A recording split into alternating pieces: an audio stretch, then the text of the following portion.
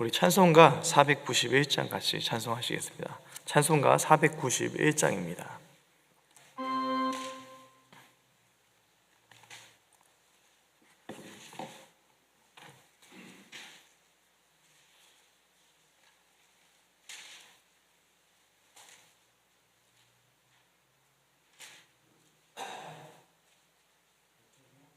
(491장입니다)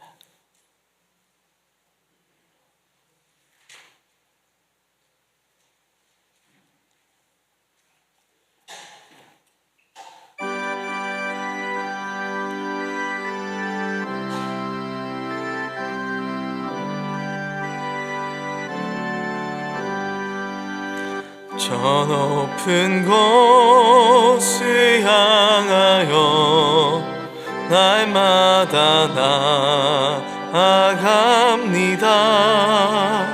내 뜻과 정성 모아서 날마다 기도합니다.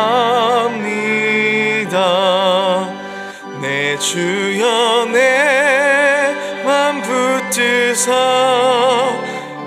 그곳에 있게 하소서. 그곳은 빛과 사랑이 언제나 넘치옵니다. 괴로움과 죄가 있는 곳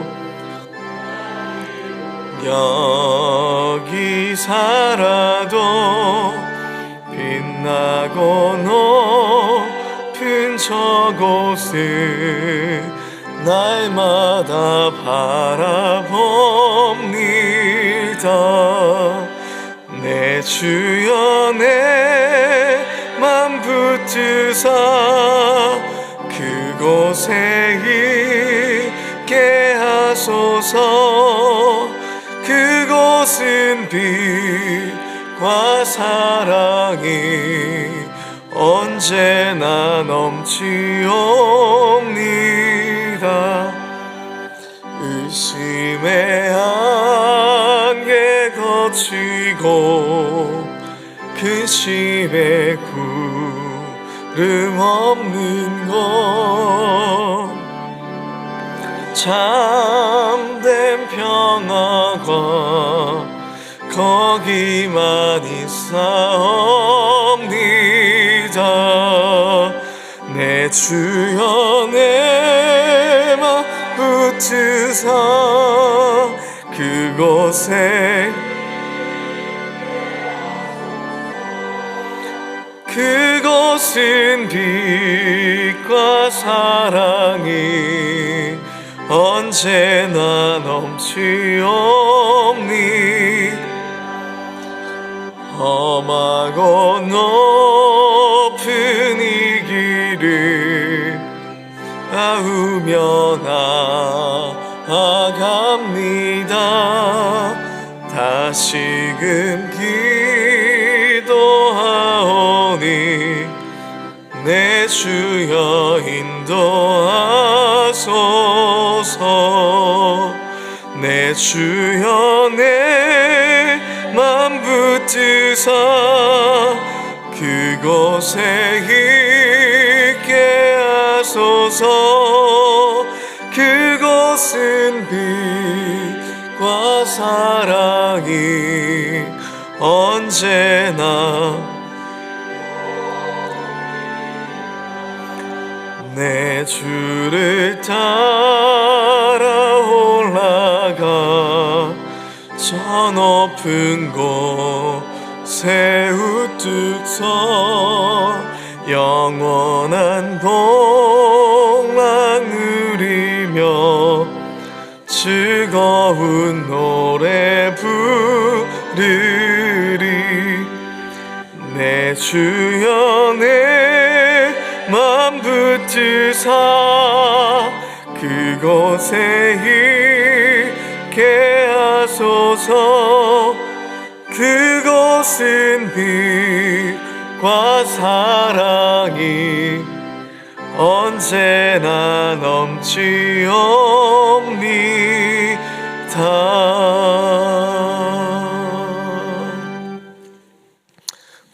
말씀 보겠습니다. 열왕기상 1장 49절부터 53절까지 말씀입니다. 열왕기상 1장 49절부터 53절까지의 말씀입니다.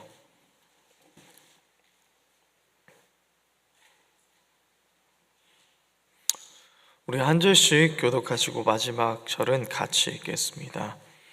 아도니아와 함께한 손님들이 다 놀라 일어나 각기 갈 길로 간지라.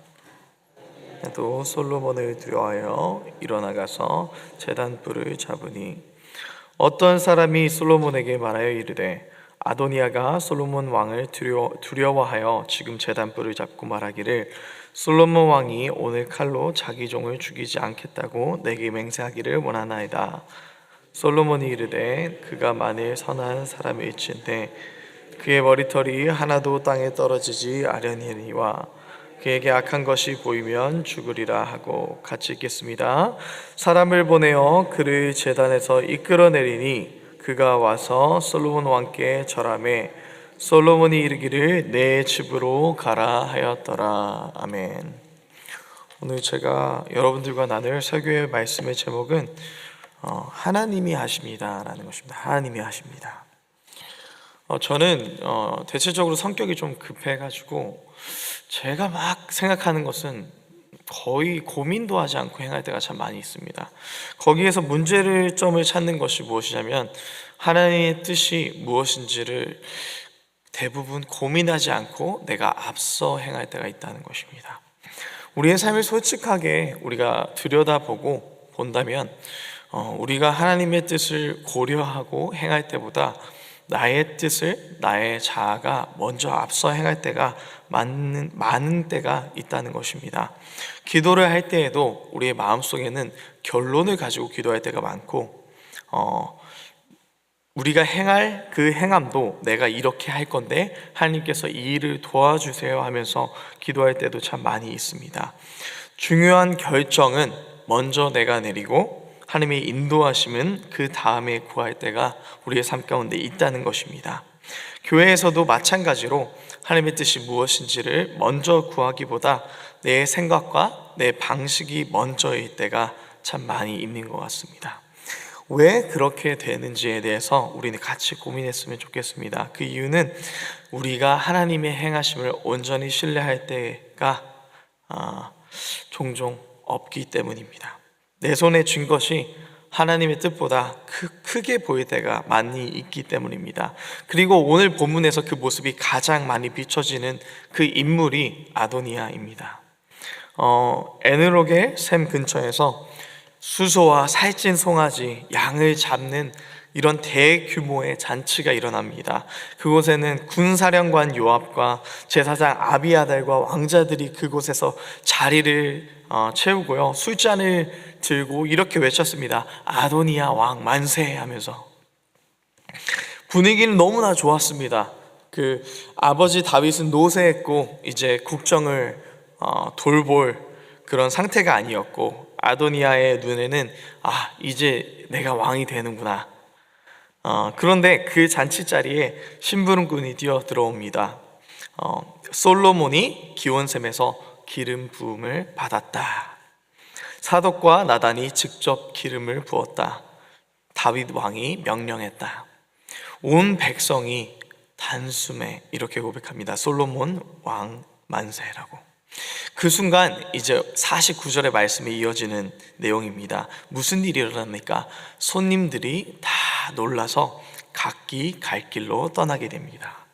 왕이라고 외쳤던 자들이 아도니아를 왕으로 추대하고 그를 서포트하는 그런 사람들이 모두 떠나고 아도니아 왕 홀로 그 자리에 남게 됩니다.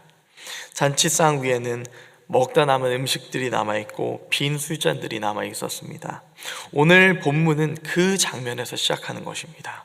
그리고 그 장면이 우리에게 묻는 것은 이것입니다. 나는 오늘 이 순간 무엇을 붙잡고 있는가?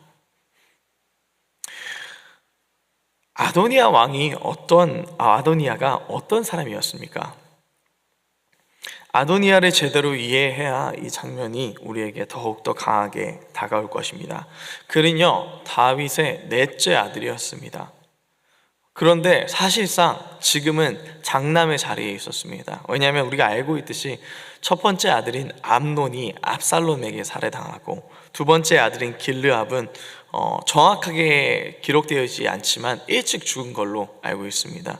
그리고 세 번째 압살롬은 어떻게 됩니까? 다윗에게 반란을 일으켰다가 요압에게 죽임을 당합니다.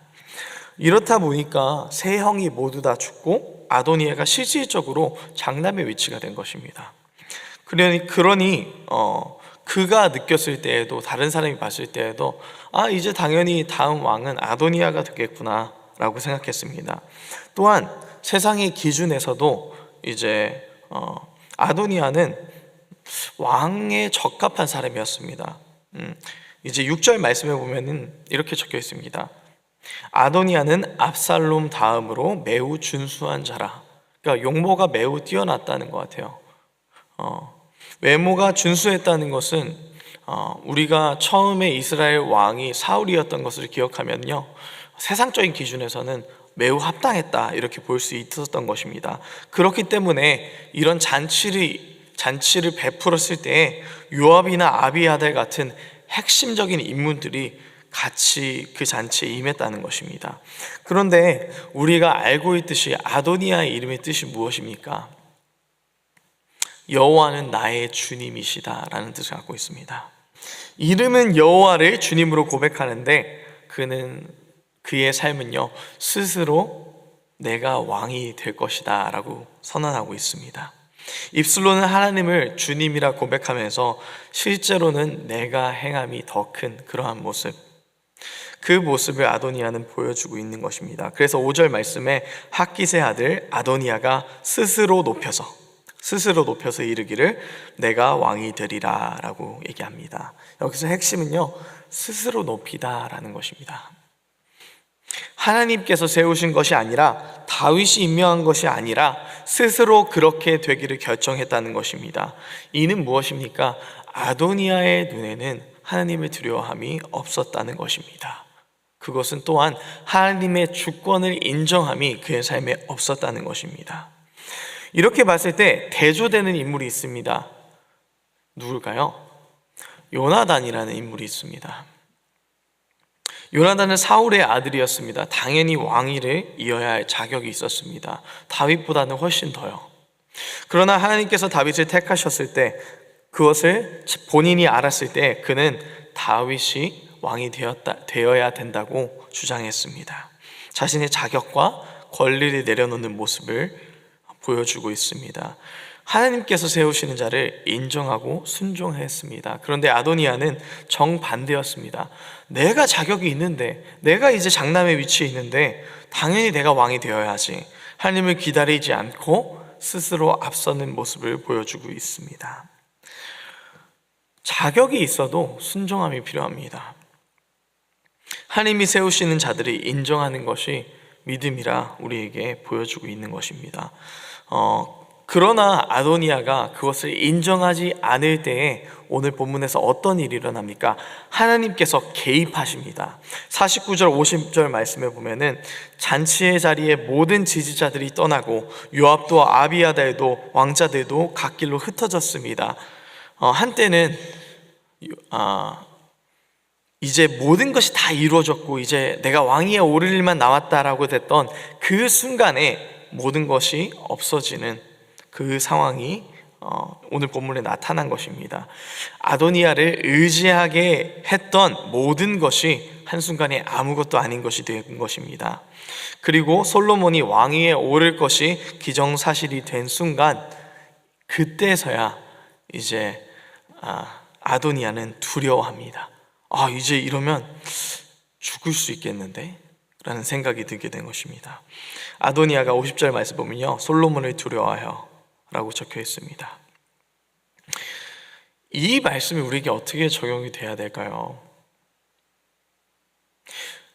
우리가 우리의 방식을, 우리의 욕심을, 우리의 의지를 먼저 행하고 주장할 때, 교회에서 사역 가운데서, 공동체 가운데서 하나님을 두려워하기보다 내가 앞서는 모습으로 행할 때 하나님은 그것을 교만이라고 우리에게 말씀하십니다. 그리고 오늘 본문 말씀처럼 꺾으실 때도 있습니다. 제가 저희 사역자들에게 되게 감사하고 또 되게 멋있다라고 느끼는 부분들이 어떤 것이냐면, 우리가 이렇게 모여서 예배를 하고 또 매주 저희가 사역자 회의를 합니다. 그렇게 할 때에 기도 제목을 가지고 사역의 요소들을 얘기하고 사역의 요소 가운데서 문제가 있는 것들, 문제점에 대해서 얘기를 하지만 항상 끝에 가서 우리가 같이 기도하는 것은 무엇이냐면은 하나님께 같이 매달리고 하나님 앞에 내가 부족함을 먼저 인정하고 하나님 앞에서 내가 죄인임을 인정하고 내가 먼저 회개하는 것입니다. 저희는 그 기도를 항상 주님 앞에서 기도하면서 매달리면서 기도합니다. 그렇기 때문에 우리는 회개의 은혜가 있지 않으면요, 교만하게 됩니다. 내 안에 죄가 있음을 인정하지 못하면요, 다른 사람으로부터 그 죄를 찾게 됩니다. 정말 중요한 것은요, 우리가 그리스도 안에서 성결케 되고 구원을 받았지만 우리는 그럼에도 불구하고 죄인이라는 것입니다.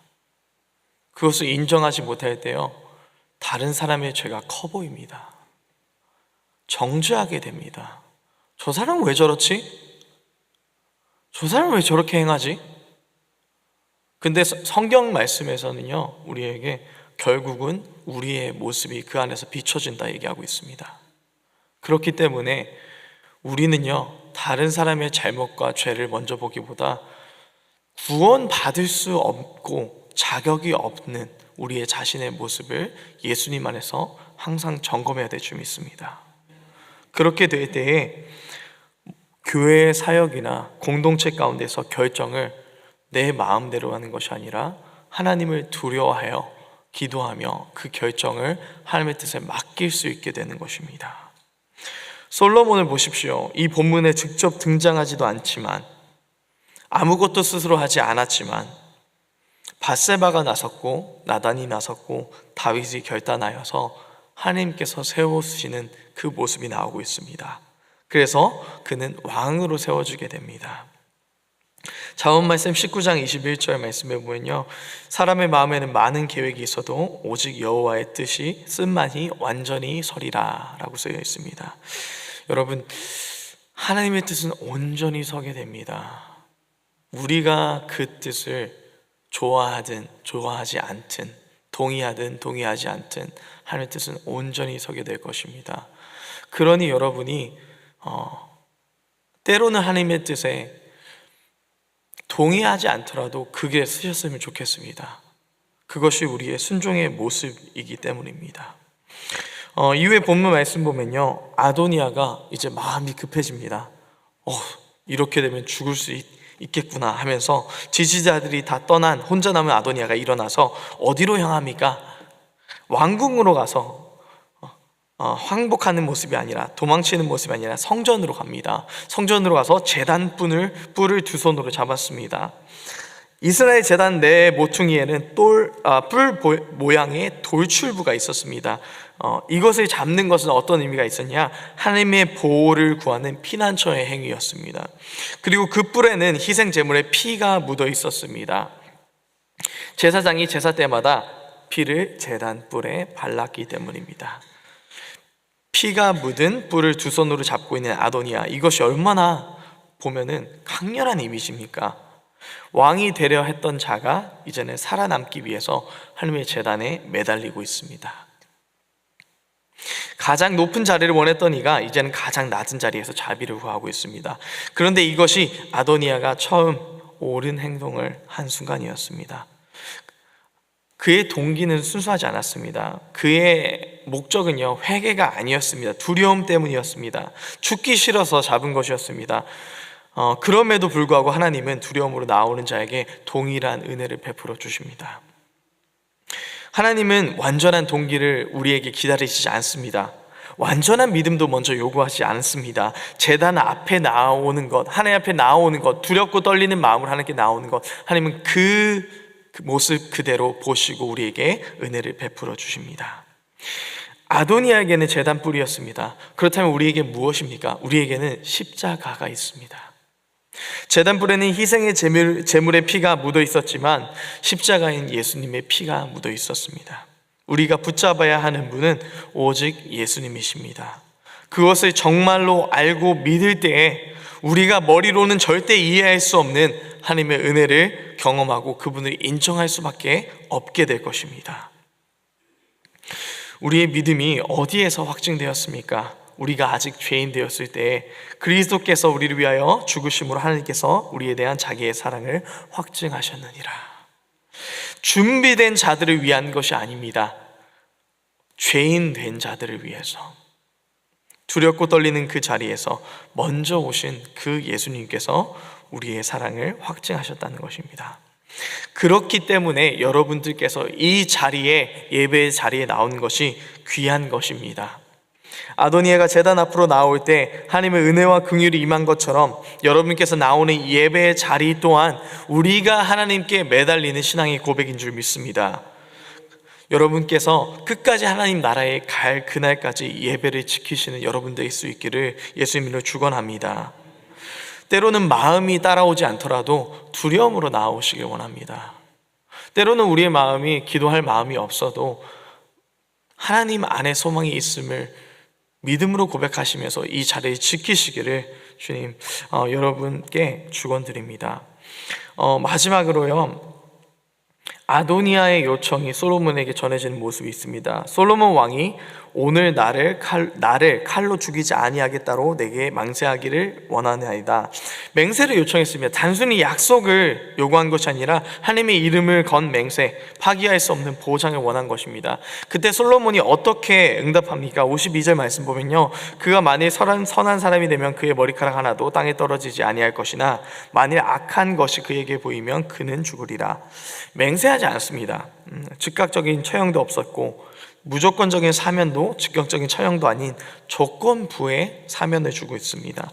중요한 것을 짚어야 됩니다. 하나님은요, 공의의 하나님이시기 때문에 우리의 죄에 대해서 눈을 감으시는 분이 아니십니다. 여러분이 만약 십자가를 붙잡고 회개를 하지만 매일 그 죄의 자리로 다가가고 행하면서 사시고 거기에 대해서 죄책감도 없이 살아가신다면 분명히 하나님은 그분의 공의를 여러분의 삶 가운데서 나타내실 것입니다. 그렇기 때문에 여러분, 은혜와 공의를 오해하지 않으셨으면 좋겠습니다. 우리는 많은 때에서 하나님의 은혜와 공의를 잘못 이해합니다. 하나님의 은혜가 나에게 적용되는 것은 당연하게 여기지만 하나님의 은혜가 다른 사람들에게 적용되는 것은 비관적으로 바라봅니다. 하나님의 공의가 저런 죄인들에게 적용되는 것은 마땅히 하나님은 선하시지, 하나님은 공의하신 하나님이야, 저런 사람들 하나님 분명히 참으시지 않고 버려야지 생각하지만 그 공의가 나한테 적용될 때에는 하나님 저한테는 은혜를 베푸셔야 되지 않습니까? 라고 생각합니다. 정말 우리가 하나님의 은혜를 이해하고 우리 삶 가운데 받았다면요, 그 은혜가 나뿐만 아닌 다른 사람들에게 동일하게 적용돼야 되는 것을 믿으셔야 됩니다. 그리고 그 하나님의 공의가 나의 죄에도 동일하게 적용되기 때문에 하나님을 두려워야 될 줄 믿습니다. 그것이 우리가 가져야 할 겸손이며 순종인 줄 믿습니다. 솔로몬은요, 자비를 베풉니다. 반란을 일으켰다면 분명히 처형돼야 되지 않습니까? 그런데 솔로몬은 기회를 주었고 그것이 솔로몬의 지혜였습니다. 마치 예수님의 말씀과 대비해서 보이는 것 같습니다. 요한복음 8장 11절의 말씀을 보면요, 나도 너를 정죄하지 아니하노니 가서 다시는 죄를 범하지 말라. 솔로몬은 53절에 그에게 이르되 내 집으로 가라 라고 얘기합니다. 이 말은 단순히 그에게 가라라고 얘기하는 게 아니라 너의 인생을 새로 출발하고 새로 살아라, 너에게 기회를 줄 테니까 새 출발을 하여라 라는 것입니다. 하나님도 우리에게 우리의 집으로 돌아가라 하면서 우리에게 새 기회를 주십니다. 과거에 매달리는 것이 아니라 그 죄 가운데 살지 말고 새로운 삶을 그리스도 안에 살아라 라고 말씀하시는 것입니다. 근데 이 이야기가요, 이렇게 끝나고 아름답게 끝나면 참 좋겠지만 더 중요한 내용이 있습니다. 2장 말씀해 보면요, 아도니아가 밧세바를 통해서 솔로몬에게 이렇게 부탁합니다. 다윗을 모셨던 아비삭을 아내로 달라는 것이었습니다. 이게 왜 문제가 되냐면, 왕의 여인을 차지하는 것은 왕위를 주장하는 행위였습니다.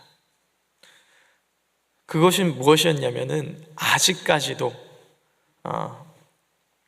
그가 왕위를 포기하지 않았다는 것입니다. 그래서 솔로몬은 2장 22절에 이렇게 얘기합니다. 어찌하여 아비삭을 아도니아에게 구하느냐? 그를 위하여 왕위를 구하라.